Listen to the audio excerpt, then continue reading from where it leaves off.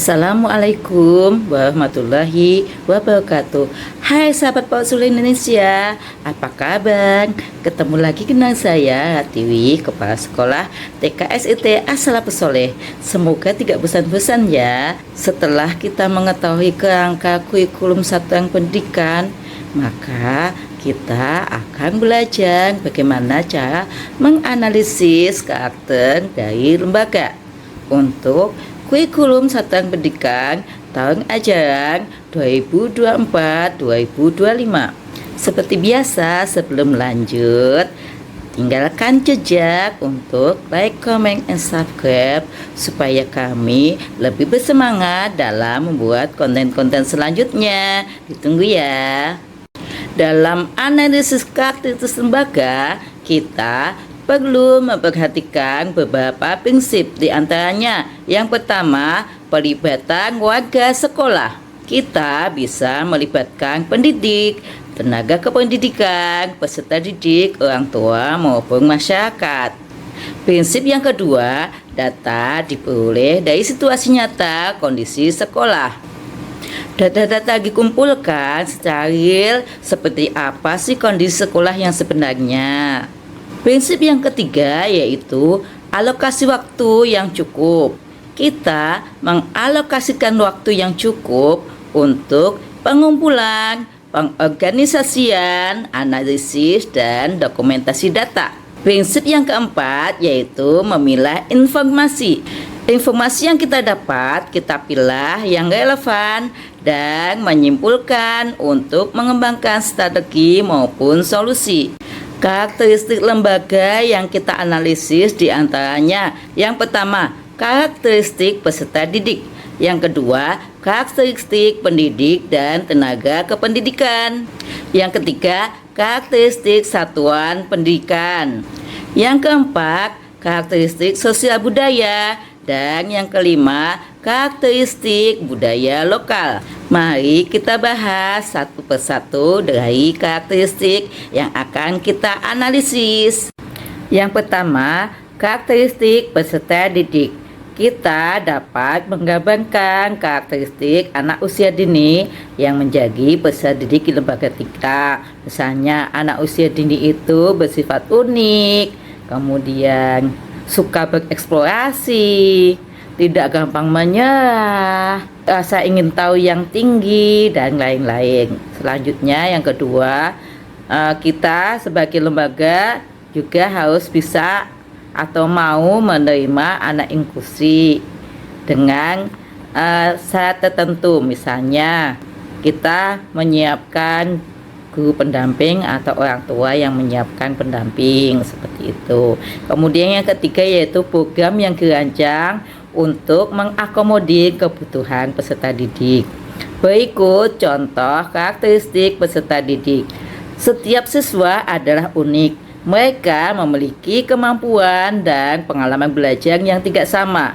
Sebagian siswa memiliki potensi di area akademik, namun tidak sedikit juga siswa yang masih perlu dikembangkan kemampuan sosial dan emosional mereka. Siswa memiliki potensi dan minat yang berbeda.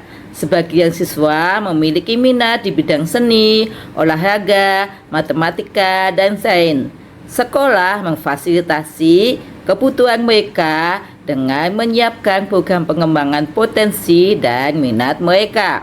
Sekolah pun menerima siswa berkebutuhan khusus setelah melalui analisis secara komprehensif oleh ahli untuk mengidentifikasi kebutuhan belajar mereka. Misalnya tadi saya sebutkan menyiapkan guru pendamping. Selanjutnya, keberagaman siswa memperkaya laboratorium sosialisasi di TKSIT As-Salafus Sholeh. Kondisi ini diharapkan akan meningkatkan keterampilan bersosialisasi, toleransi, rasa syukur, keterampilan emosi, komunikasi, dan memecahkan masalah yang mereka temui dalam perjalanan mereka sehari-hari. Sekolah memiliki kewajiban untuk mengembangkan siswa secara seimbang. Dengan demikian, program yang dirancang memperhatikan 4 ranah, di antaranya fisik motorik, kognitif, sosial emosional, dan bahasa dengan ranah spiritual sebagai payung besarnya. Tidak ketinggalan juga penanaman nilai-nilai Pancasila melalui kegiatan proyek penguatan profil pelajar Pancasila. Yang kedua, karakteristik pendidik dan tenaga kependidikan. Di sini menggambarkan karakteristik pendidik dan tenaga kependidikan mulai dari tugasnya serta kualifikasi akademisnya. Contoh karakteristik pendidik dan tenaga kependidikan. TKS ITA Salafus Soleh dipimpin oleh seorang kepala sekolah yang bernama Ratiwi SPD, lulusan Sarjana Pendidikan. Dua orang guru kelas yang bernama Titi Dwi Oktaviani dan Novi Hayati Saputri, lulusan Sarjana Pendidikan. Kemudian seorang tenaga administrasi bernama Mita Restiani Kusuma sedang menempuh pendidikan di perguruan tinggi, dan petugas kebersihan bernama Mas Pupa. Yang ketiga, karakteristik satuan pendidikan. Di sini kita bisa menuangkan yang pertama, jumlah peserta didik, yang kedua, kondisi sekolah, baik luas lahan, banyaknya bangunan atau kelas, serta sarana dan prasarana yang dimiliki oleh lembaga. Kemudian penyiapan media pembelajarannya.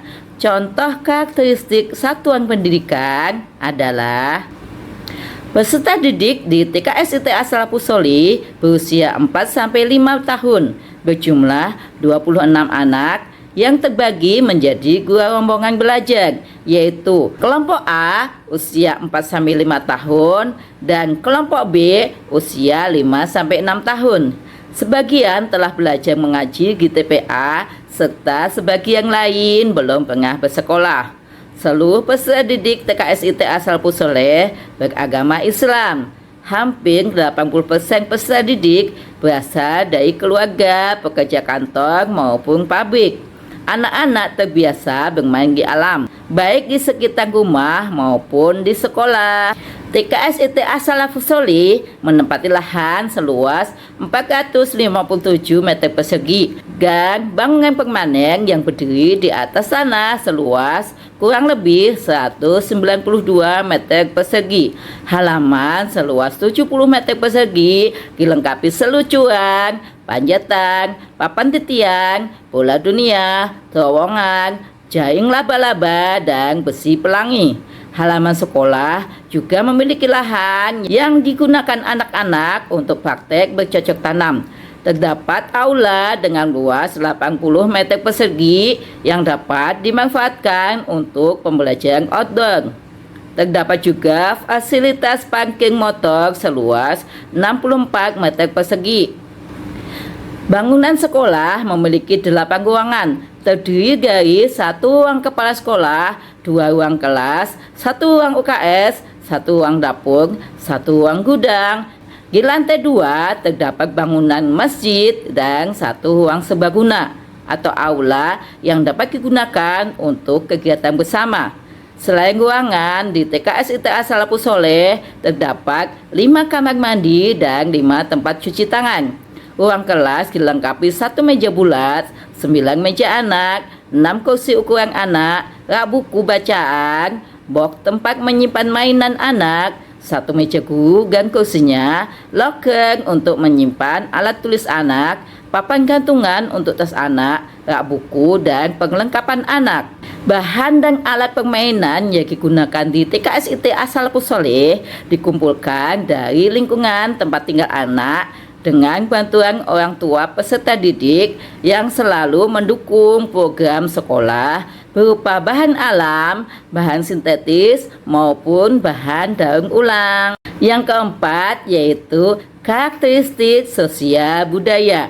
Di sini kita bisa menuangkan yang pertama alamat sekolah, yang kedua lingkungan yang dapat dimanfaatkan untuk pembelajaran, yang ketiga budaya di masyarakat sekitar sekolah, yang keempat sumbangsih masyarakat, yang kelima layanan holistik integratif atau kemitraan.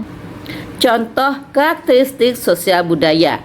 TKSIT As-Salafus Sholeh terdapat di Perkampungan Padat Penduduk di Kampung Kamurang, RT 03 RW 11, Kelurahan Puspanegara, Kecamatan Citerep, Kabupaten Bogor.